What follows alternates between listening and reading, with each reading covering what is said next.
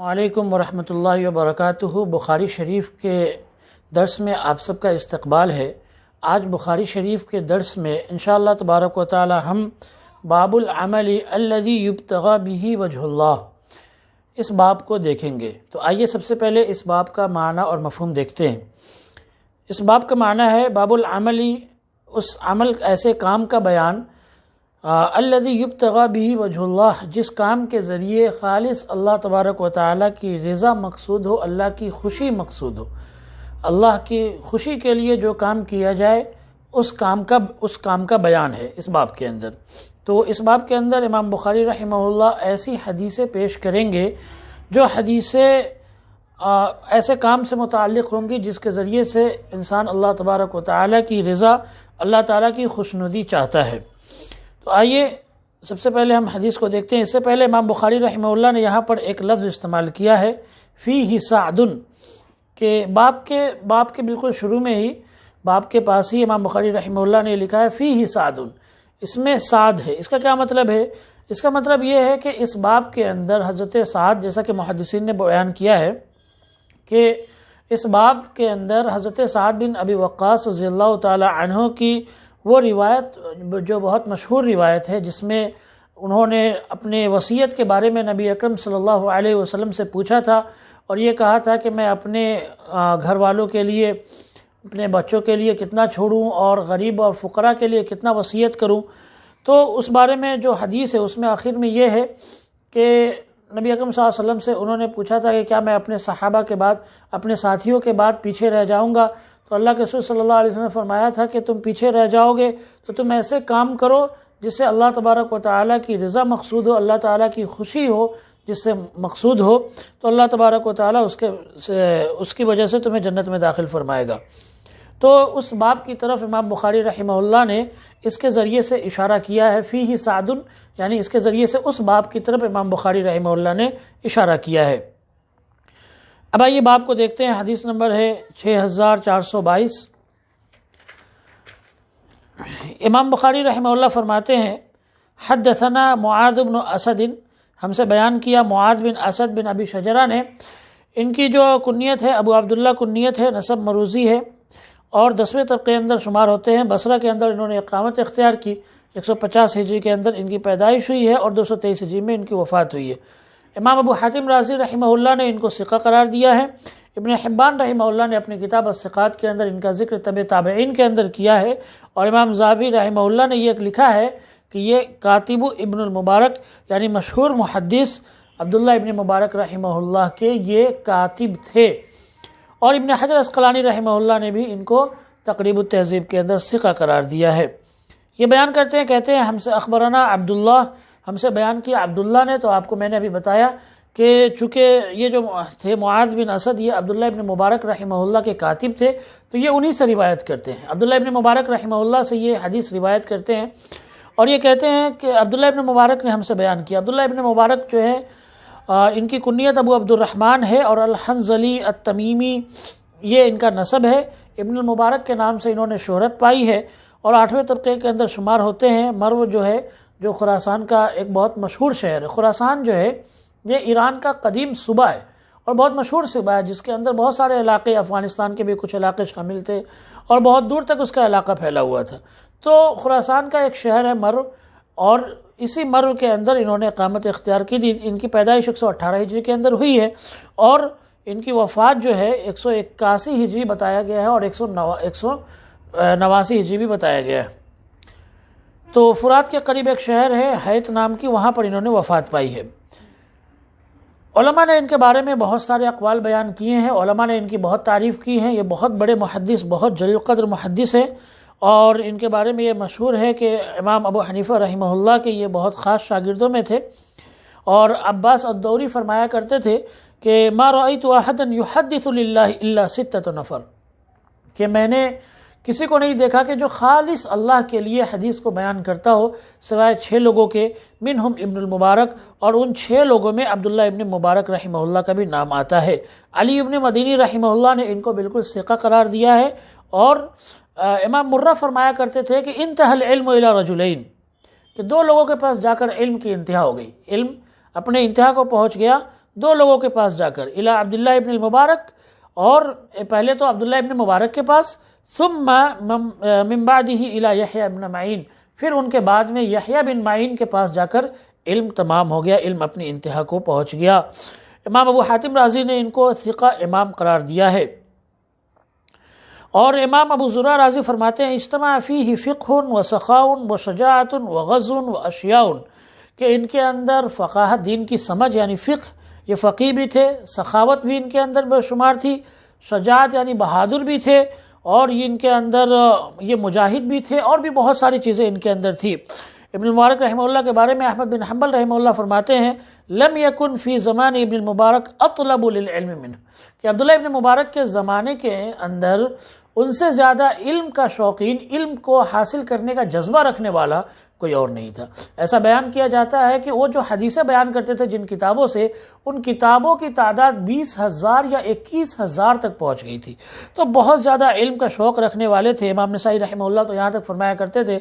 کہ لا نعلم فی عصر ابن المبارک اجل من المبارک ولا اعلی، اجل من المبارک ولا اعلی، کہ میں نے عبداللہ ابن مبارک کے زمانے میں عبداللہ ابن مبارک سے زیادہ نہ تو عزت والا کسی کو دیکھا اور نہ ہی ان سے بلند پایا کسی کو پایا۔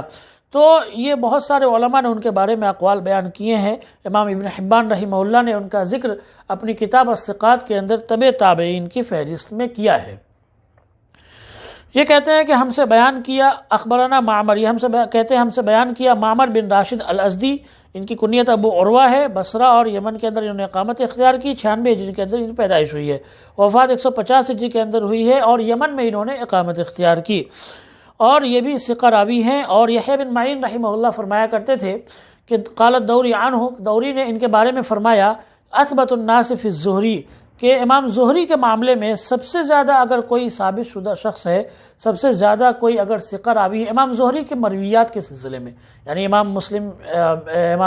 امام ابن شہاب زہری جو ہیں ان کے مرویات کے سلسلے میں اگر کوئی سب سے زیادہ ثابت شدہ ہے اور کوئی سب سے زیادہ جو ہے ثقہ ہے ان کی روایت کے سلسلے میں، تو وہ معمر ہے۔ اور مالک بن انس کے بارے میں بھی انہوں نے فرمایا ہے۔ تو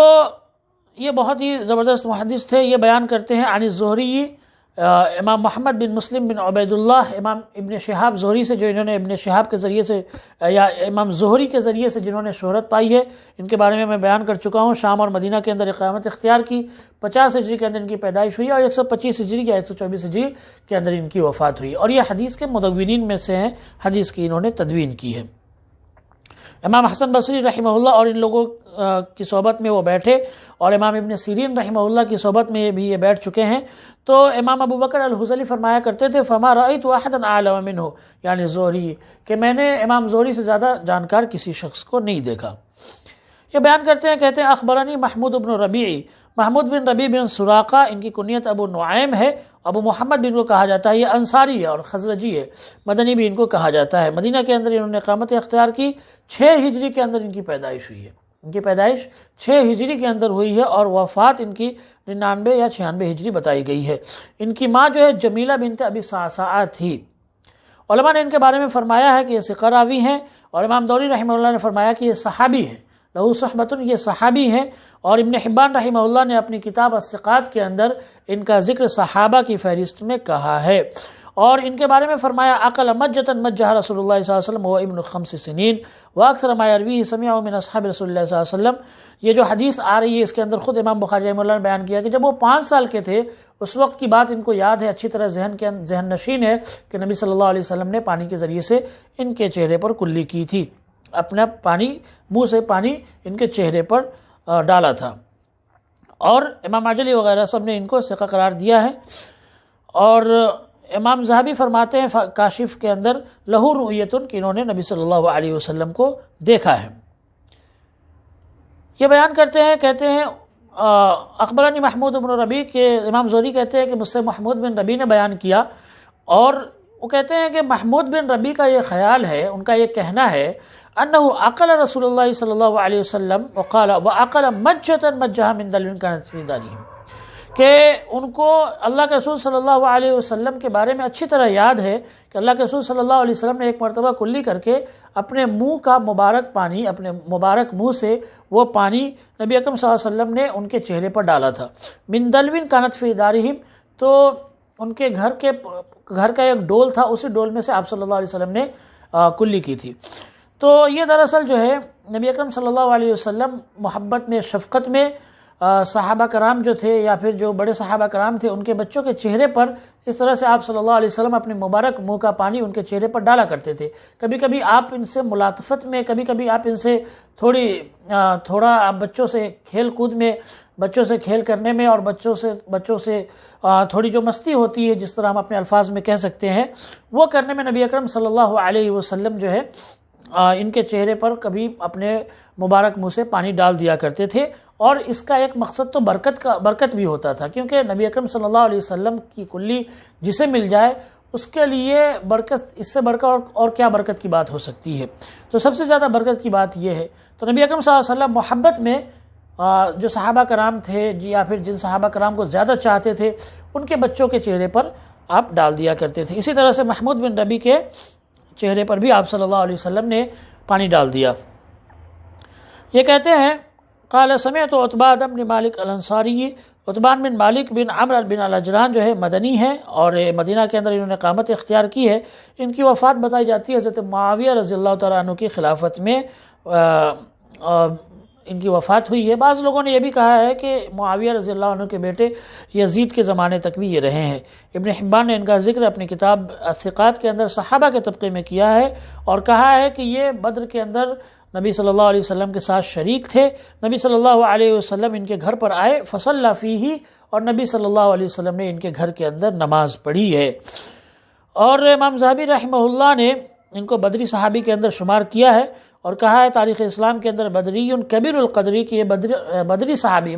یعنی جنگ بدر میں شریک تھے۔ یہ کبیر القدر بہت بڑی شان والے صحابی ہیں اور ان کی کئی ساری حدیثیں بھی بیان ہوئی ہے، تو یہ بہت مشہور صحابی ہیں۔ ابن سعد رحمہ اللہ نے یہ واقعہ لکھا ہے، شہید عتبان بن مالک بدرن، عتبان بن مالک انصاری کے بارے میں لکھا ہے کہ یہ بدر کے اندر بھی شریک رہے اور احد کے اندر اور خندق کے اندر، غزوہ خندق، یہ تینوں جنگ کے اندر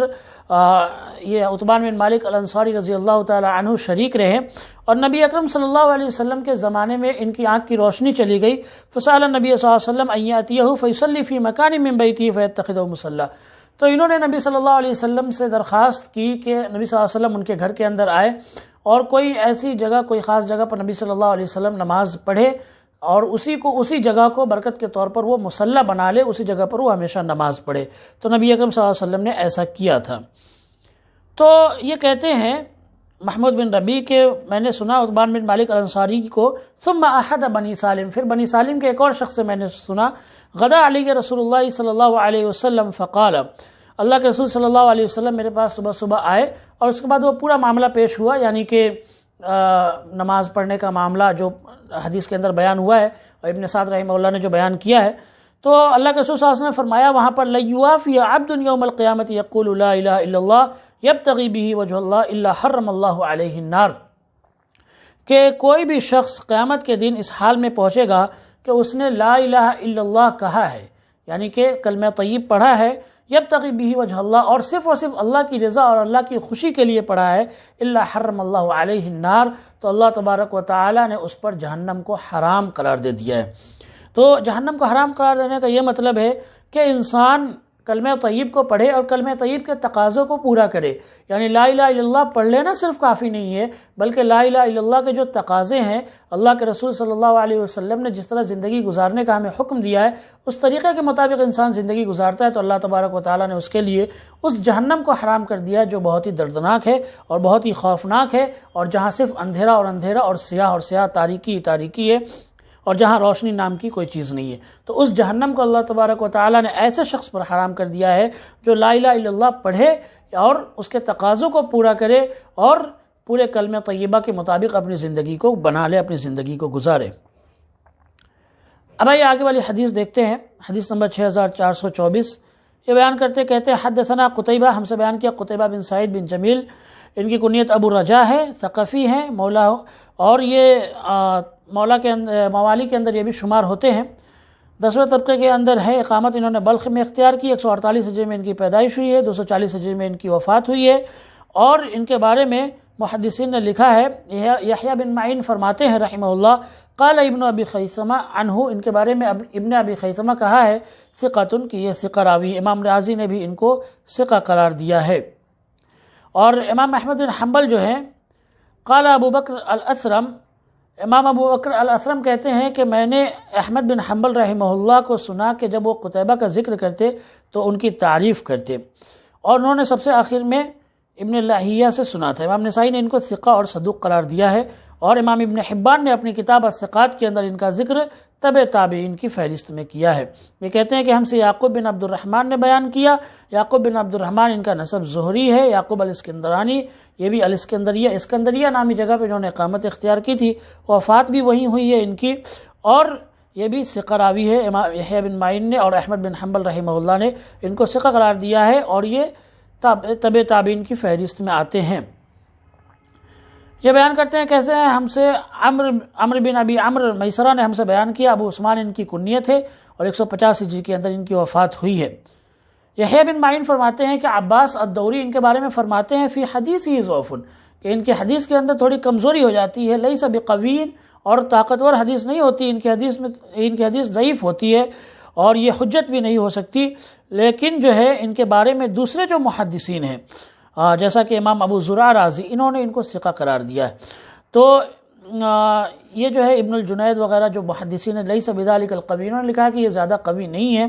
اور امام ابو بکر ابن ابی خیثمہ نے بھی فرمایا کہ یہ ضعیف ہے، لیکن امام ابو حاتم رازی نے کہا لا باس بہ، کہ ان کی روایتوں میں کوئی حرج نہیں ہے۔ امام زرع رازی نے ان کو ثقہ قرار دیا ہے، اور امام احمد بن حنبل وغیرہ نے بھی ان کو لیس بہ باس کہا، یعنی ان کی روایتیں لینے میں کوئی حرج نہیں ہے۔ اور یہ الگ بات ہے کہ امام نسائی رحمہ اللہ نے ان کو ضعفاء میں شمار کیا، اپنی کتاب الضعفاء کے اندر لکھا ہے لیس بالقوی،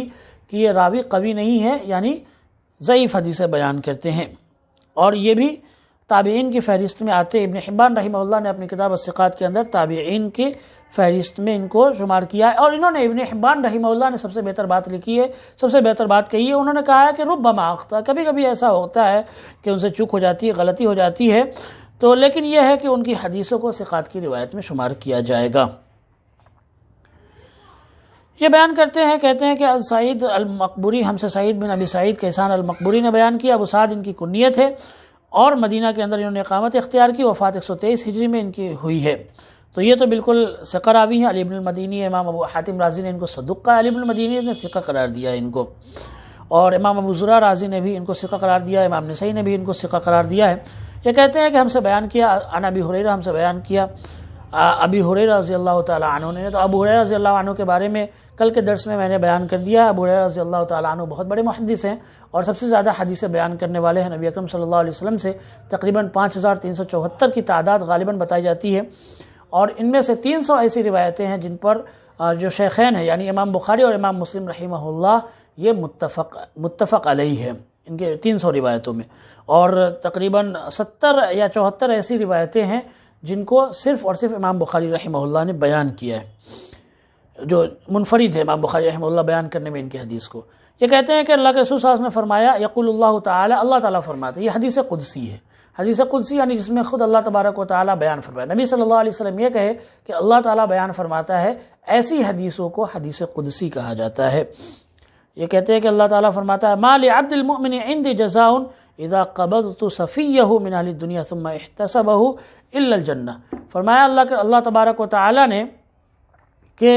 میرے اس مومن بندے کا جس کی میں کوئی عزیز، کوئی محبوب، کوئی پسندیدہ چیز دنیا سے اٹھا لوں اور اس پر وہ ثواب کی نیت سے صبر کر لے، تو اللہ تعالیٰ فرماتا ہے اس کا بدلہ میرے نزدیک صرف اور صرف جنت ہے۔ یعنی دنیا کی کوئی بھی عزیز چیز، یعنی کہ دنیا کے اندر اس کی اولاد، یہ حدیث چونکہ اولاد کے بارے میں ہی بیان ہوئی ہے، اگر اولاد جو ہے یہ چھوٹی ہے اور بچپنے میں انتقال ہو جاتا ہے، اور اس پر وہ صبر کرتا ہے. لیکن بعض محدثین نے اس کو عمومی طور پر رکھا ہے اس حدیث کو کہ کوئی بھی اس کا قریبی، کوئی بھی اس کا عزیز، کوئی بھی اس کا محبوب جو اس کو بہت زیادہ پسند ہے، اس کا انتقال ہو جاتا ہے اور اس پر وہ صبر کرتا ہے، اس پر وہ آپے سے باہر نہیں آتا، اپنے سینے کو نہیں پیٹتا، ماتم نہیں کرتا، بلکہ وہ صبر کرتا ہے اس پر، تو اللہ تبارک و تعالی اس کے بدلے میں اس کو صرف اور صرف جنت عطا فرماتا ہے. تو ایسی کئی ساری روایتیں بیان ہوئی ہے. اور قرہ بن ایاس کی ایک حدیث بہت مشہور ہے جس میں یہ مذکور ہے کہ ایک شخص تھا جو نبی اکرم صلی اللہ علیہ وسلم کے پاس اکثر آیا کرتا تھا، وَمَعَهُ ابن اللہ، اور اس کے ساتھ اس کا بیٹا بھی آیا کرتا تھا. فَقَالَ أَتُحِبُّهُ، تو اللہ کے رسول صلی اللہ علیہ وسلم نے پوچھا کہ کیا تم اس سے محبت کرتے ہو؟ اس نے کہا نعم، ہاں میں اس سے محبت کرتا ہوں. فَفَقَدَهُ، تو اچانک حادثہ پیش آیا اور اس کی اولاد کا انتقال ہو گیا. فقال ما فعل فلان، تو نبی صلی اللہ علیہ وسلم نے دیکھا کہ وہ شخص آ نہیں رہا ہے، تو اللہ کے رسول صلی اللہ علیہ وسلم نے پوچھا کہ وہ شخص کا کیا ہوا؟ وہ آتا نہیں. قالوا یا رسول اللہ مات ابنہ، صحابہ کرام نے کہا کہ اللہ کے رسول صلی اللہ علیہ وسلم اس کے بیٹے کا انتقال ہو گیا. فقال، اللہ کے رسول صلی اللہ علیہ وسلم نے فرمایا الا تحب الا تأتی بابا من ابواب الجنہ الا وجدته ينتظرك، تو اللہ کے رسول صلی اللہ علیہ وسلم نے فرمایا کیا تم یہ نہیں چاہتے کہ تم جنت کے کسی ایک ایسے دروازے سے آؤ جہاں پر تم اسے انتظار کرتے ہوئے پاؤ گے، یعنی وہ تمہارا انتظار کر رہا ہوگا. اس اولاد پر اگر تم صبر کرو گے، اولاد کے کھو جانے پر، اولاد کے دنیا سے چلے جانے پر اگر تم صبر کرو گے تو اور اللہ کی رضا کے لیے صبر کرو گے، تو اللہ تبارک و تعالی نے جنت کے اندر ایک ایسا دروازہ رکھا ہے جہاں پر تم اسے انتظار کرتے ہوئے پاؤ گے، وہ تمہارا انتظار کر رہا ہوگا. تو اللہ کے رسول صلی اللہ علیہ وسلم سے ایک شخص نے پوچھا الہ خاص لکلنا، اللہ کے رسول صلی اللہ علیہ وسلم کیا اس صاحب کے لیے صرف یہ خاص ہے یا ہم سب کے لیے ہے؟ تو اللہ کے رسول صلی اللہ علیہ وسلم نے فرمایا لکلکم، کہ تم سب کے لیے یہ فضیلت ہے، تم سب کے لیے یہ ثواب ہے. تو اس حدیث کے اندر یہ بیان کیا گیا ہے کہ اولاد کے کھو جانے پر یا کسی بھی عزیز اور اقارب کے کھو جانے پر انسان کو صبر کرنا چاہیے اور اللہ تبارک و تعالیٰ کی رضا کے لیے، اللہ کی خوشنودی کے لیے صبر کرنا چاہیے. جب وہ صبر کرے گا تو اللہ تبارک و تعالیٰ نے اس کا بدلہ صرف اور صرف جنت رکھا ہے.